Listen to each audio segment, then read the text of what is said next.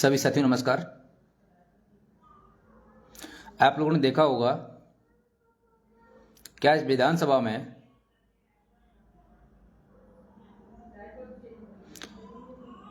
और विधान परिषद में दोनों ही जगह आरक्षण के मुद्दे को लेकर चर्चा हो रही है। खासकर अगर आप विधान परिषद को देखेंगे तो उसमें हमारे वर्ग से आने वाले ओबीसी समाज से आने वाले डिप्टी सीएम आदरणीय केशव प्रसाद मौर्य जी गला फाड़ फाड़ के चिल्ला रहे हैं कि हम आरक्षण का घोटाला नहीं होने देंगे, हम आरक्षित वर्ग के साथ आयत नहीं होने देंगे। मैं आप लोगों को बताना चाहता हूं, खासकर ये वीडियो स्पेशली मैं डिप्टी सीएम आदरणीय केशव प्रसाद मौर्य जी के लिए ही संबोधित करके बना रहा हूं। आप चाहे विधान परिषद में चिल्ला हो, चाहे आप सार्वजनिक मंचों के माध्यम से चिल्लाओ कि आप आरक्षण का घोटाला नहीं होने देंगे, आप आरक्षण बचा रहे हैं। लेकिन सच्चाई क्या है पूरा प्रदेश जानता है, और तुम्हारी सच्चाई क्या है इसे भी पूरा प्रदेश जानता है। 68,500 शिक्षक भर्ती इसी योगी आदित्यनाथ की सरकार ने की।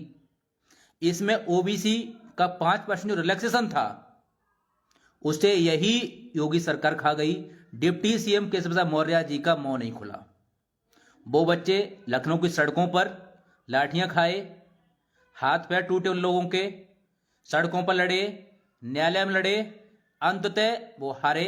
उन लोगों को 5% रिलैक्सेशन नहीं मिला। तब हमारे डिप्टी सीएम जो विधान परिषद में खड़े होकर मुंह फाड़ के चिल्ला रहे हैं कि हम ओबीसी का आरक्षण बचा रहे हैं, आरक्षण नहीं खाने देंगे, कहां थे डिप्टी सीएम? अगर डिप्टी सीएम केशव मौर्य जी जवाब दे सकते हैं तो जवाब दें। 68,500 शिक्षक भर्ती में 5% रिलैक्सेशन यही योगी सरकार ओबीसी समाज के बच्चों का खा गई।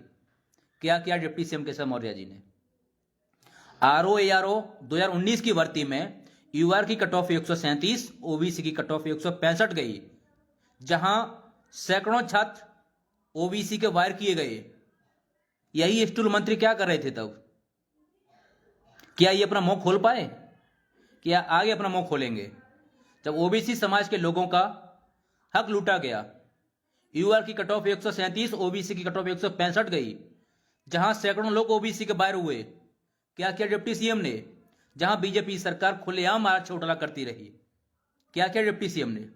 69,000 शिक्षक भर्ती में पूरा देश जानता है इस योगी सरकार ने ओबीसी समाज के लोगों का गला काटा। इसी नीच योगी सरकार ने ओबीसी एसटी समाज के लोगों की नौकरियां छीन कर सवर्ण समाज के लोगों को दी। यहां तक उत्तर प्रदेश के मुख्यमंत्री को स्वयं स्वीकार करना पड़ा कि उन्होंने घोटाला उनकी सरकार में हुआ और ओबीसी एसटी समाज के बच्चों की नौकरियां छीन के हाई कास्ट के बच्चों को दी गई। एनसीवीसी की रिपोर्ट आई, उत्तर प्रदेश के मुख्यमंत्री ने नहीं मानी। क्या डिप्टी सीएम केशव प्रसाद मौर्य जी बताएंगे कि वो एनसीवीसी की रिपोर्ट को अपनी सरकार से लागू क्यों नहीं करा पाए? हाई कोर्ट से आदेश आया, ओबीसी एसटी समाज के लोगों के हित में आया, डिप्टी सीएम क्या उस ऑर्डर को लागू करा पाए? क्या योगी जी से बोल पाए कि आप हाई कोर्ट का ऑर्डर लागू कर दीजिए? ये सारी चीजें गॉड हैं। एक मुख्य बात यह है, 69,000 शिक्षक भर्ती के प्रकरण पर डिप्टी सीएम केशव प्रसाद मौर्य जी के अध्यक्षता में विधान परिषद में कमेटी गठित की गई। उस कमेटी ने अपनी रिपोर्ट भी दी, यानी कि मौर्य जी ने अपनी रिपोर्ट भी जारी की। मैं डिप्टी सीएम केशव प्रसाद मौर्य जी को चैलेंज के साथ कहना चाहता हूं, अगर आप योगी आदित्यनाथ जी की गुलामी नहीं करते, अगर आप योगी आदित्यनाथ जी से नहीं डरते, अगर आप रियल में ओबीसी समाज लड़ाई लड़ने वाले हो, अगर बीजेपी सरकार ओबीसी समाज लड़ाई लड़ने वाली है, तो आपकी अध्यक्षता में जो विधान परिषद में कमेटी गठित की गई, जिसकी आपने रिपोर्ट शासन को सौंपी है, उस रिपोर्ट को आप सार्वजनिक कर दीजिए। अगर आप योगी आदित्यनाथ जी से नहीं डरते, अगर आप 15% वाले लोगों से नहीं डरते मौर्य जी, तो आपने जो विधान परिषद की कमेटी के अकॉर्डिंग रिपोर्ट जारी की है 69 शिक्षक भर्ती वाले प्रकरण में, जिसमें आप जानते हैं कि योगी आदित्यनाथ ने ओबीसी समाज के इतने लोगों के साथ अहित किया है, आप उस रिपोर्ट को जारी कर दीजिए। सच्चाई यह है कि आप विधान परिषद में चाहे कुछ भी बोल लें, लेकिन आप योगी आदित्यनाथ जी से डरते हैं, आप इस सरकार से डरते हैं, आप अपनी ही रिपोर्ट को सार्वजनिक नहीं कर पा रहे।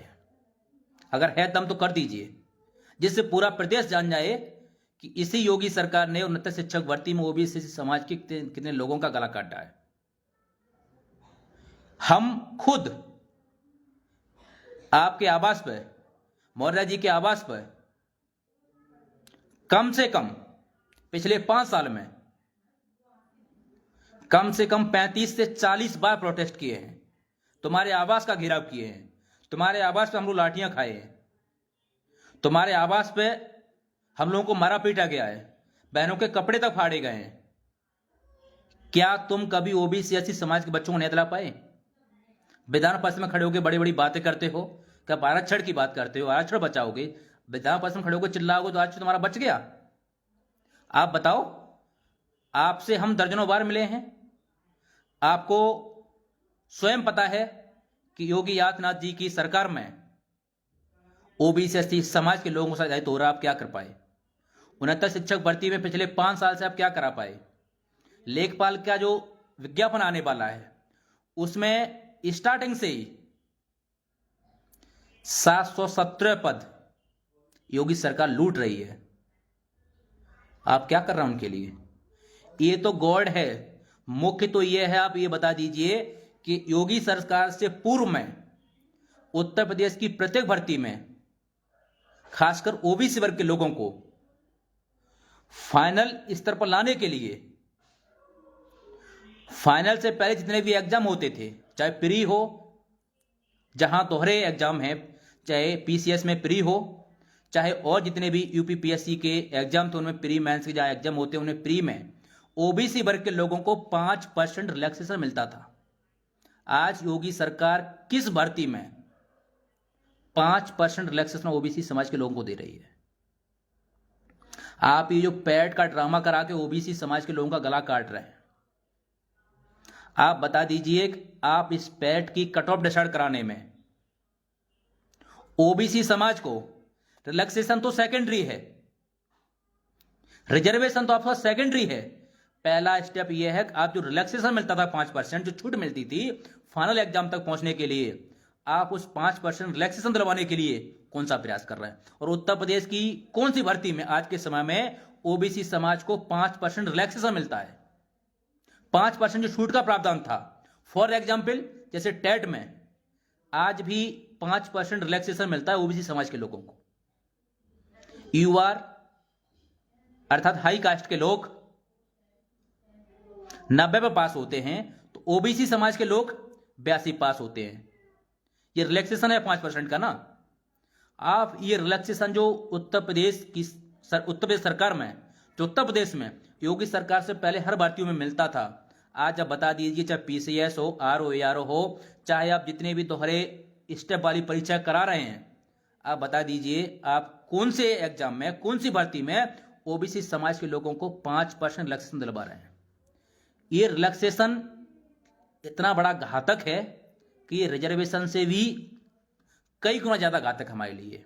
आप लोग ऐसे समझिए, यही 5% रिलैक्सेशन न मिलने के कारण 68,500 शिक्षक भर्ती में इसी योगी सरकार ने, इसी मनवादी सरकार ने, इसी चोर सरकार ने ओबीसी समाज के 10,000 बच्चों को शिक्षक बनने से रोका था।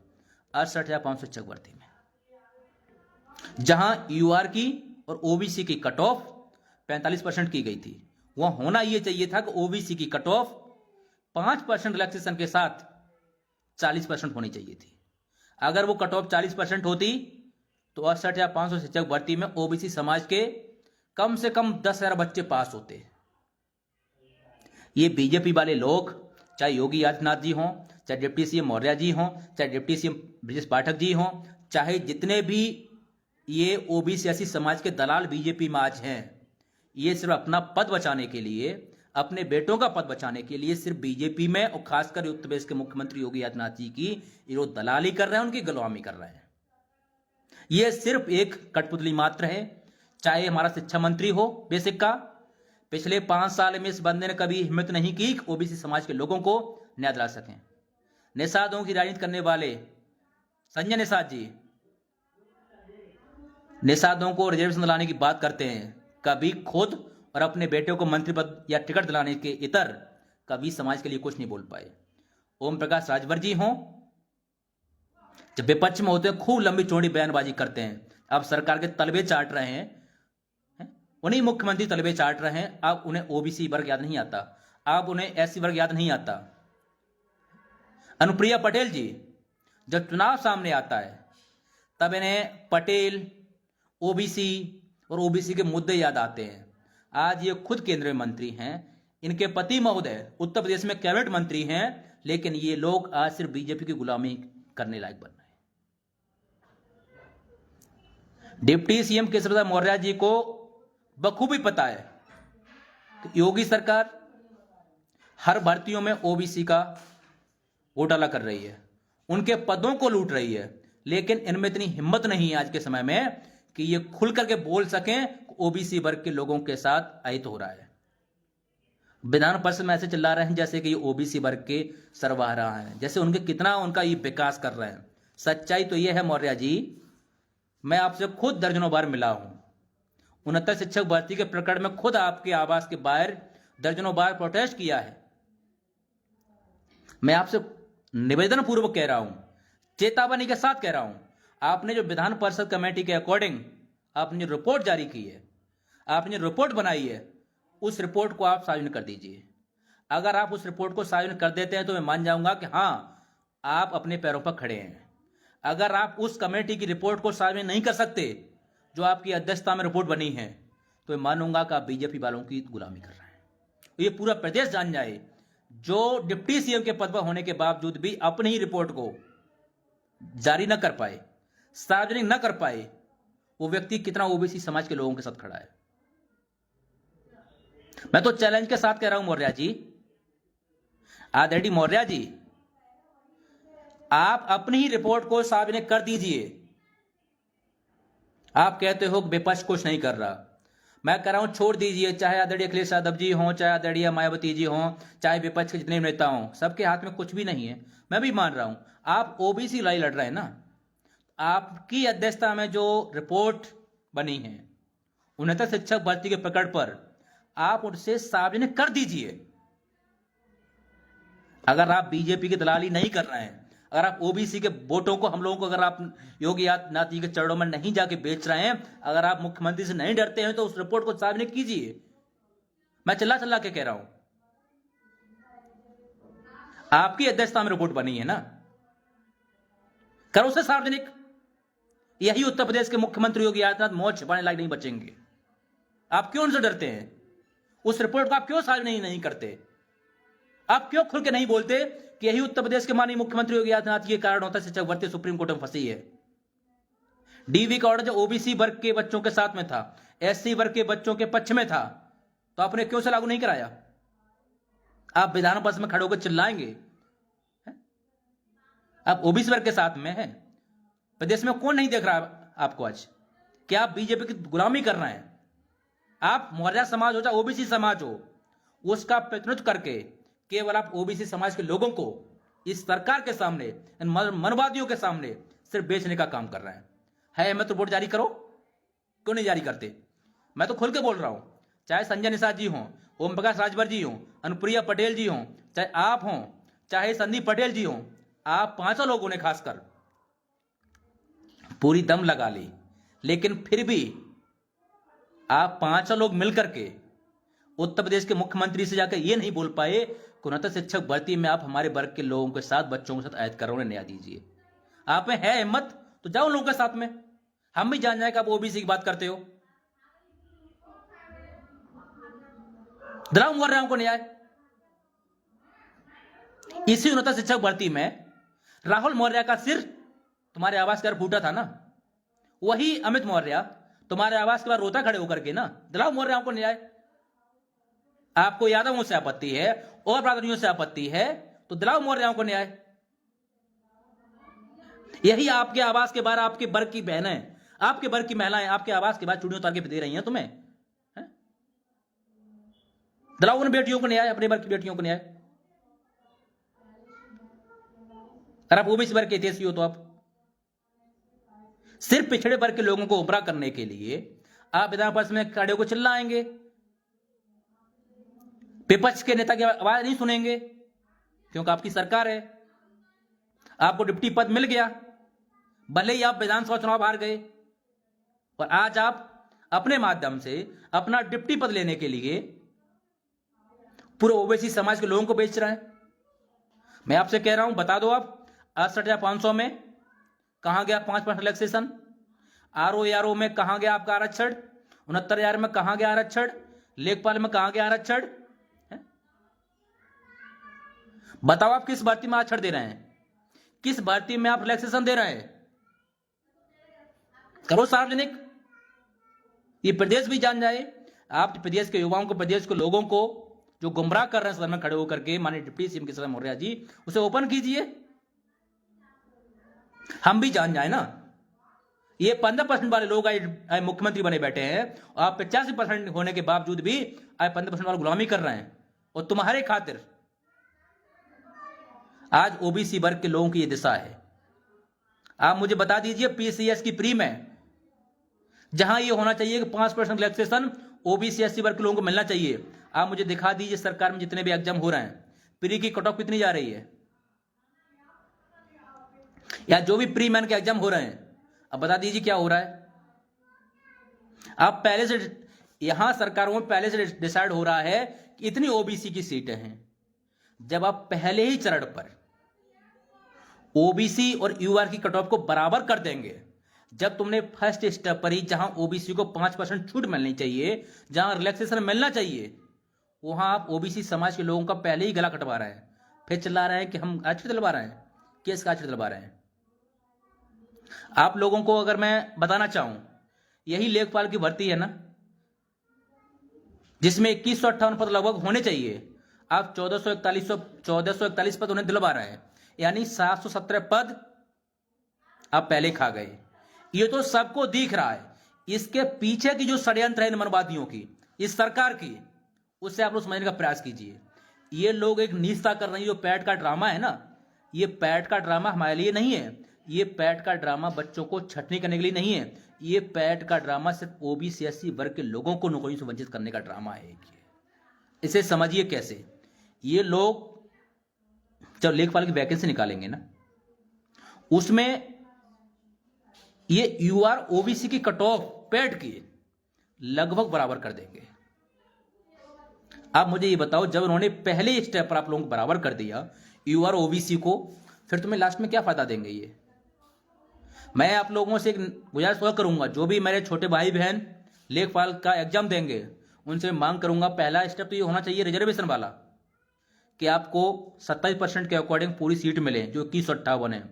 प्लस मैं बता रहा हूं, ये जो आरक्षण है, जो ये रिजर्वेशन है, ये सेकेंडरी स्टेप है।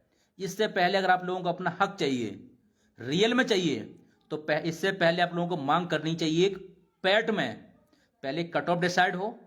कट ऑफ के साथ साथ ओबीसी एससी वर्ग के लोगों को 5% रिलैक्सेशन के साथ कट ऑफ डिसाइड होनी चाहिए, वो भी पैट की। अगर ये तुम्हें पैट में 5% रिलैक्सेशन देने के साथ पहले कट ऑफ डिसाइड करते हैं, तब आप मानना कि आपको ये सरकार आपका हक दे रही है।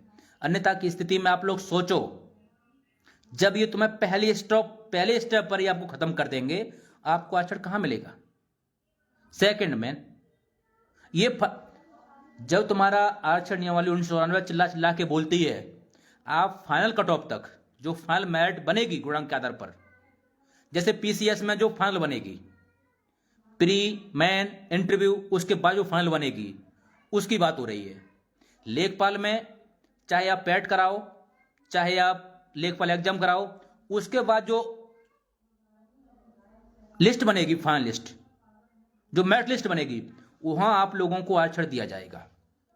उससे पहले चाहे कितने भी स्टेप हों, वहां ओबीसी एससी वर्ग के लोगों को शैक्षिक एवं सामाजिक स्थितियों का बराबर करने के लिए राज्य सरकार को यह पावर है कि वो उन्हें 5% रिलैक्सेशन दे, 5% छूट दे, जो कि इस योगी सरकार से पहले हर भर्तियों में ऐसा होता था। यह सबसे बड़ा गेम है इस सरकार का, जो हम लोगों को समझना चाहिए। ये हम लोगों को पैट में, टेट में, सीटेट में, प्री में, ये जो हम लोगों को छूट दे के ना बता रहा है कि हमने आपको पहले छूट दे दी, और फाइनल मेरिट में हम लोगों को ये ये केवल हमारे वर्ग में ट्रीट कर रहा है। ये षड्यंत्र, ये साजिश है, ये हम लोगों को समझना होगा। अन्यथा की स्थिति में ये लोग हम लोगों को जाति के नाम पे, आज हमारा उत्तर प्रदेश का मुख्यमंत्री चिल्ला चिल्ला के कहता है जातियों में बटोगे तो कटोगे, और धर्म के नाम पर बटोगे तो स्वर्ग में जाओगे। तुम धर्म के नाम पर राजनीति कर रहे हो।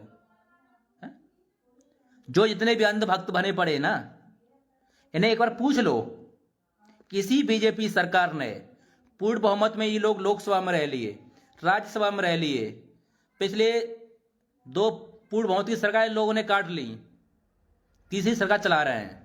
उत्तर प्रदेश में 17 से ये शासन कर रहे हैं तुम्हारे महाराज जी। ये लोग जो हिंदू मुस्लिम की तुष्टिकरण की राजनीति लेके यहां आए थे ना, इन्होंने कितने मुसलमानों के साथ अहित किया है। सच्चाई तो ये, मैं आप लोगों से निवेदन करना चाहूंगा, अगर आप लोग रियल में अंधभक्त नहीं है तो यही सरकार नायडू शासन में, आंध्रा में जो मुस्लिम वर्ग के लोगों को, मैं इसका विरोधी नहीं हूं, वो भी भारत के नागरिक हैं, उन्हें सुविधा मिलनी चाहिए, लेकिन सिर्फ मैं ये वर्ड इसलिए बोल रहा हूं कि जो अंधभक्ति हमारे ओबीसी वर्ग के लोगों में भरी पड़ी है ना, कि आप लोगों को दिखाते हैं कि देखो हम हिंदू एक हैं। अगर आपसे 10 गुनी ज्यादा सुविधाएं अगर मुस्लिम वर्ग के लोगों को मिल रही हों तो आप यकीन करना, अन्यथा की स्थिति में यकीन मत करना। जो आंध्रा का बजट है, जो वहां मुस्लिम वर्ग के लोगों को सुविधा मिल रही हैं, उन्हें आप एक बार जाके देख लीजिए, तुम्हारी सारी अंधभक्ति निकल जाएगी। इन्हें हिंदू मुस्लिम से मतलब नहीं है, इन्हें सिर्फ यहां 15% लोगों का शासन चाहिए उत्तर प्रदेश में, आपत्ति इससे है। और ये ओबीसी एससी वर्ग के जितने भी गुलाम बने बैठे हैं ना, ये सिर्फ ओबीसी एससी वर्ग के लोगों को बेचने का काम कर रहे हैं, ये सिर्फ अपनी कुर्सी बचाने का काम कर रहे हैं।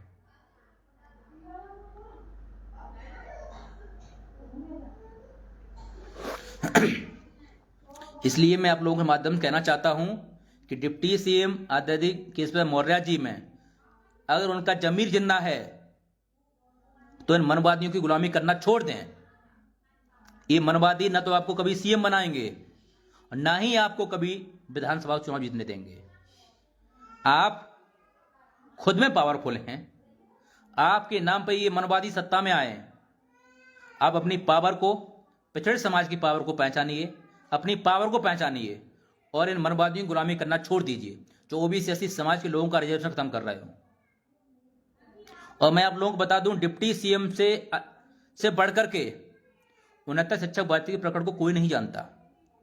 हम लोगों से भी ज्यादा जानकारी डिप्टी सीएम को खुद है कि किस तरीके से योगी आदित्यनाथ की सरकार ने, यहां तक डिप्टी सीएम खुद जानते हैं कि बेसिक शिक्षा विभाग का कौन सा ऐसा दलाल है जो योगी आदित्यनाथ जी की दलाली कर रहा है, जिसका नाम विधान परिषद में लिया गया कि वो दलाल है, घोटाला करा रहा है।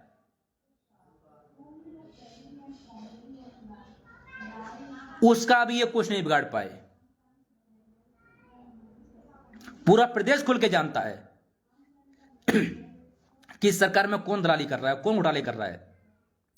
उसके बावजूद आप विधान परिषद में खड़े होकर बोल रहे हैं ओबीसी को रिजर्वेशन दिया जा रहा है। मैं फिर रिपीट कर रहा हूं, अगर ओबीसी समाज के लोगों को रिजर्वेशन दिया जा रहा है तो डिप्टी सीएम आदरणीय केशव मौर्य जी 69,000 शिक्षक भर्ती में आपकी अध्यक्षता में जो रिपोर्ट बनी है, 69 शिक्षक भर्ती के परिप्रेक्ष्य में आप उसे सार्वजनिक कर दीजिए। अगर आपने उसे सार्वजनिक कर दिया तो ओबीसी समाज हमेशा आपका ऋणी रहेगा। अगर आप अपनी रिपोर्ट को जारी नहीं कर पाए तो ये माना जाएगा कि आप उत्तर प्रदेश के मुख्यमंत्री आदरणीय योगी आदित्यनाथ जी से डरते हैं, आप उनकी गुलामी करते हैं, आप बीजेपी की गुलामी करते हैं।